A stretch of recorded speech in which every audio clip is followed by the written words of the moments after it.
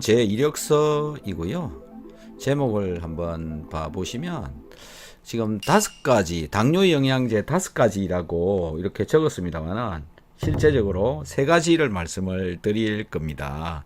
잘 기억하시면 도움이 많이 될 거라고 생각을 합니다. 혈당을 우리가 이렇게 이런 기계로 체크를 하고 있는데요. 네, 공복 혈당도 알아야 되고, 그 다음에 식후 1시간 혈당, 식후 2시간 혈당, 이런 혈당들을 아는 것이 참 중요하다고 생각합니다. 그래서 혈당계를 구입을 하셔가지고요, 쓰시는 게 좋을 것 같습니다.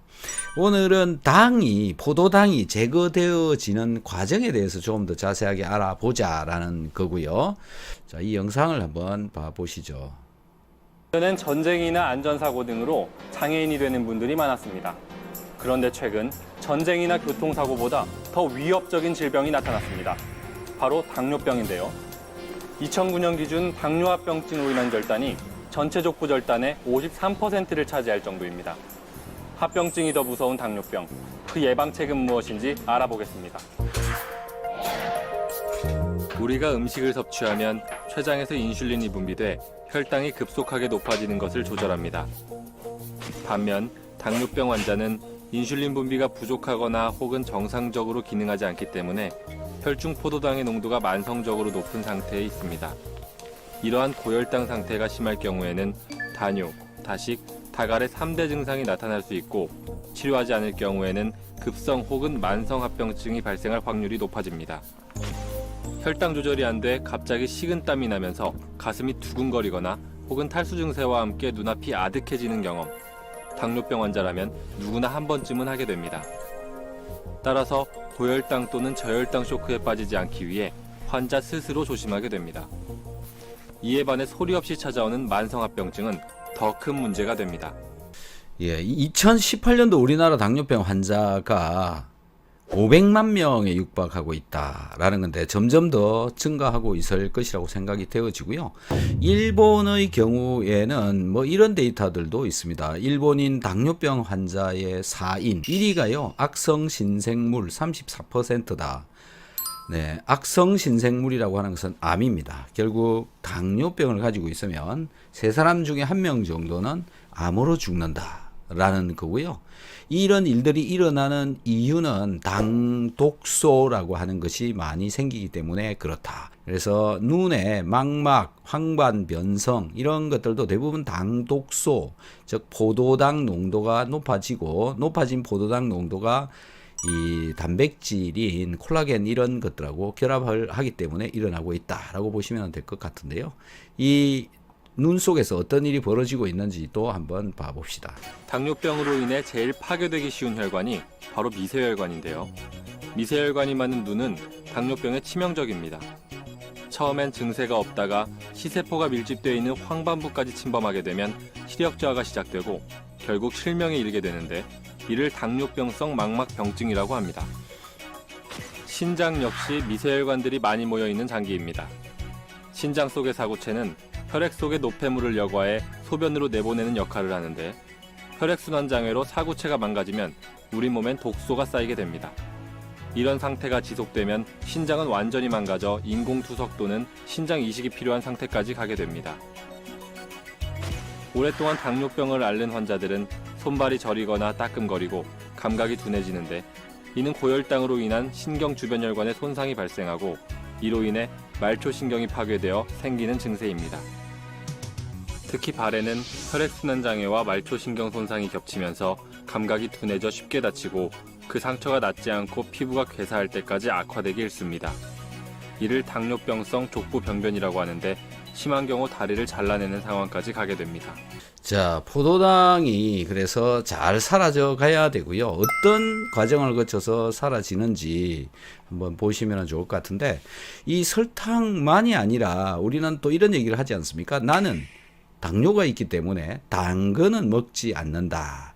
그러면서 이제 이런 밥, 빵, 밀가루 음식 이런 것들은 많이 먹는데요. 설탕을 먹거나 빵을 먹거나 밥을 먹거나 포도당이 되는 것은 매 한 가지입니다. 그래서 이런 종류, 탄수화물이 들어있는 이런 종류의 양들을 일정 양의 비율로만 먹고 그 이상은 안 먹는 것이 좋다. 내가 섭취하는 음식물의 약 50에서 55% 정도의 탄수화물은 필요하다라는 거고요.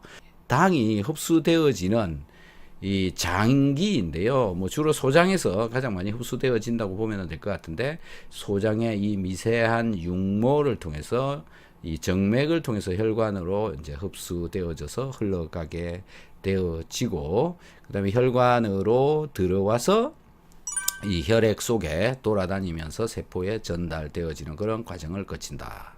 혈관 속에 포도당 농도가 올라오게 되면 췌장에서 이 베타 세포와 알파 세포, 이 두 군데의 세포에서 인슐린과 글루카곤이라고 하는 호르몬을 분비를 시켜서 혈중에 내보내고 혈액중에 돌아다니면서 이제 세포 속으로 포도당이 이제 사라지도록 해주는 그런 역할을 한다. 그런데 어떻게 되어지고 있는지 우리는 잘 모르고 있다. 어쨌든 잘 되어져야 된다라는 거고. 그래서 인슐린이 잘 분비되고 글루카곤이 잘 되도록 하는 그런 호르몬이 또 있는데요. 그 호르몬이 GLP-1이라고 하는 호르몬입니다. 글루카곤하고 비슷한 뭐 그런 단백질로 되어진 호르몬인데, 자, 이 놈이 잘 분비되어지면 얼마나 좋겠습니까? 이게 잘 분비되어지도록 하는 물질이 바로 식이섬유질이다라는 건데요. 그래서 식이섬유질을 많이 먹어라. 그 이유가 뭐냐면은 이 GLP-1이라고 하는 이 호르몬은 이 중추신경을 통해서 뇌에 이 포만감을 알려줄 수 있는 시그널링을 해주는 게 이 GLP-1입니다. 그래서 결국 필요한 게 뭐냐? 식이섬유질, 특히 키토산 같은 것들이 필요하다라는 건데요. 이 GLP-1을 분비를 잘 시키는 영양제, 식이섬유질, 키토산 이런 것들이 첫 번째로 필요하다라고 보겠습니다. 그 다음에 이제 포도당이 우리 몸 속에서 혈당이 되어지고 혈중에 돌아다니다가 어떻게 또 세포로 들어가게 되는지 한번 알아보면은요. 네, 인슐린이 이제 분비가 되어져서 혈액에 돌아다니다가 혈관을 뚫고 나와서 세포에 이제 오게 되죠. 그래서 세포에 이 노란 색깔이 인슐린이라고 보면 되는데, 세포의 표면에 이 인슐린 리셉터라고 하는 것이 인슐린을 인식을 하는 수용체가 이렇게 들어 있습니다. 그래서 이 노란 인슐린이 와가지고 여기다가 시그널을 주게 되면 이 아래쪽에 포도당을 이제 흡수를 시키게끔 이 신호 전달을 해 주게 되어지고요. 그래서 포도당이 이 속으로 이 세포막을 뚫고 이 안으로 이제 들어오게 되는 거죠. 자, 그래서 이렇게 생긴 세포 속으로 포도당이 들어오게 되면 이 포도당은 피루브산이라고 하는 그런 유기산으로 전환이 되어집니다. 그래서 이 속에 피루브산이라고 하는 유기산으로 존재를 하고 있다가 바로 이 피루브산은 이 보라색깔로 되어져 있는 이 미토콘드리아 속으로 들어가게 됩니다. 피루브산이 이 미토콘드리아 속으로 들어가서 이 속에서 이제 전자 전달계를 거쳐서 ATP, 즉 에너지를 만들어내는데요. 네, 이게 미토콘드리아이고요. 자, 그래서 이 미토콘드리아 속에서 이 에너지, 포도당을 없애려면 산소 공급이 필수적이고요. 산소 공급에 도움을 주는 것들이 어떤 게 있느냐라는 건데, 네, 포도당이 세포막을 통해서 이렇게 들어오면 피루브산으로 바뀌고, 피루브산으로 바뀐 놈이 산소하고 결합을 해서 이 과정에 이 산소가 필수적으로 필요하다라는 건데요. 결국은 포도당이 없어지려면 산소가 무조건 필요하다. 네, 그래서 산소를 잘 공급을 해줄 수 있는 비타민 C가 두 번째로 필요한 영양제다, 이렇게 생각이 되어집니다. 비타민 C는 과일에도 많이 들어있지만 요즘은 비타민 C가 부족하다라는 것을 우리는 알고 있기 때문에 이 알로 된 비타민 C를 섭취를 해주는 게 훨씬 더 좋다. 즉 포도당을 없애려면 산소 공급이 잘 되어져야 되고요. 비타민 C를 열심히 먹게 되면 포도당 농도가 떨어지도록 하는 것은 당연한 일이다 라는 건데요. 비타민 C를 먹어도 산소 공급이 잘 되니까 포도당이 떨어지고요. 거기다가 또 운동까지 해주어서 산소 공급을 많이 해주게 되면 혈당은 당연히 내려간다. 네. 다음 세 번째로는요, 영양제가 마그네슘입니다. 마그네슘은 세포 속에서 에너지 대사, 포도당 대사를 하는데 무조건 있어야 됩니다. 마그네슘 철저하게 챙겨 먹어야 되는데요. 이 과정에, 에너지를 만드는 과정에 이 미토콘드리아 속에서 마그네슘이 이용이 되어진다라는 건데요. 자, 요게 이 세포라고 보시면 됩니다. 우리 몸에 있는 세포, 이 사각형으로 되어져 있는 거. 그 다음에 바깥에 이제 포도당이 혈관을 통과해가지고 바깥으로 빠져나와서 이 포도당이 이 속으로, 세포 속으로 들어가는데도 마그네슘이 필요하다. 인슐린 수용체하고 결합되어질 때도 마그네슘이 필요하다. 이 속으로 들어와서, 세포 속으로 들어와서 글루코스가 피루부산으로 전환되어지는데도 마그네슘이 필요하다. 피루부산에서 미토콘드리아 속으로 들어가 가지고 에너지를 만드는 과정에도 또 마그네슘이 필요하다. 마그네슘 열심히 먹어야 되겠죠. 그래서 마그네슘 엄청 많이 팔고 있습니다. 인터넷에서 찾아보시면 다양한 종류의 마그네슘들이 있으니까 적당한 골라서 이렇게 드시면 될 것 같고요. 특히 마그네슘은 글루카곤이 과잉으로 분비되는 것을 억제를 시켜준다라는 건데요. 췌장의 알파 세포에서는 글루카곤을 분비를 하는데 이 글루카곤 분비되는 시간이 하루 24시간 중에서 약 18시간 동안 글루카곤이 분비가 되어집니다. 그런데 이 글루카곤은 우리가 공복 혈당을 일정하게 유지를 시켜주는데 필요한 거죠. 그러니까 글루카곤이 분비가 되어져 나와야 공복의 혈당이 적정치를 유지를 시킬 수가 있는데 글루카곤이 분비가 되어지지 않으면 우리 간이나 근육이나 이런 데 저장되어져 있던 이 글리코겐이라고 하는 탄수화물이 있는데 그게 분해돼서 포도당으로 만들어지도록 해주는 것이 이 글루카곤인데 이 글루카곤이 너무 과하게 분비되기도 합니다. 지금 대부분 공복혈당이 높으신 분들은 글루카곤이 인슐린이 적게 분비되어져서 혈당이 올라가 있는 게 아니라 글루카곤이 과하게 분비되어져서 몸속에 들어있는 포도당이 자꾸 분비되어져 나와 가지고도 혈당이 높은 상태를 일으킨다. 체중이 갑자기 줄고 있는 그런 분들은 주로 이제 이 글루카곤 분비량이 과하다 이렇게 보시면 되는데요. 이 글루카곤 분비량을 조절을 해주는 것이 마그네슘이다라는 거죠. 이래서 마그네슘은 뭐 정말 중요하다라는 거고요. 또 한편 마그네슘은 다양하게 쓰여집니다. 근육을 잘 움직이도록 해주어서 탄수화물, 포도당 이 소비가 잘 되도록 해준다든지 신경 전달하는 데도 쓰이고요. 그 다음에 코팩터라고요. 이 포도당 대사의 코팩터로도 쓰이고 리간드 합성에도 코팩터로 쓰이고요. 또 지금까지 말씀드렸던 에너지 생산, ATP를 생산하는데도 마그네슘은 무조건 필요하다라는 겁니다. 어떻게 정리가 좀 되셨는지요? 네, 또 이 영상을 한번 봐보도록 하겠습니다. 당뇨병은 왜 생기는 걸까?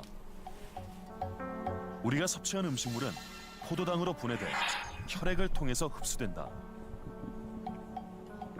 이때 췌장이 분비한 인슐린은 포도당을 인슐린 수용체와 결합시켜 세포 속으로 들어갈 수 있게 해준다. 하지만 여러 가지 이유로 인슐린이 적게 분비되거나 분비된 인슐린이 제 기능을 하지 못하면 세포 속에 들어가지 못한 포도당이 혈액에 넘쳐 흘러 당뇨병이 유발되는 것이다.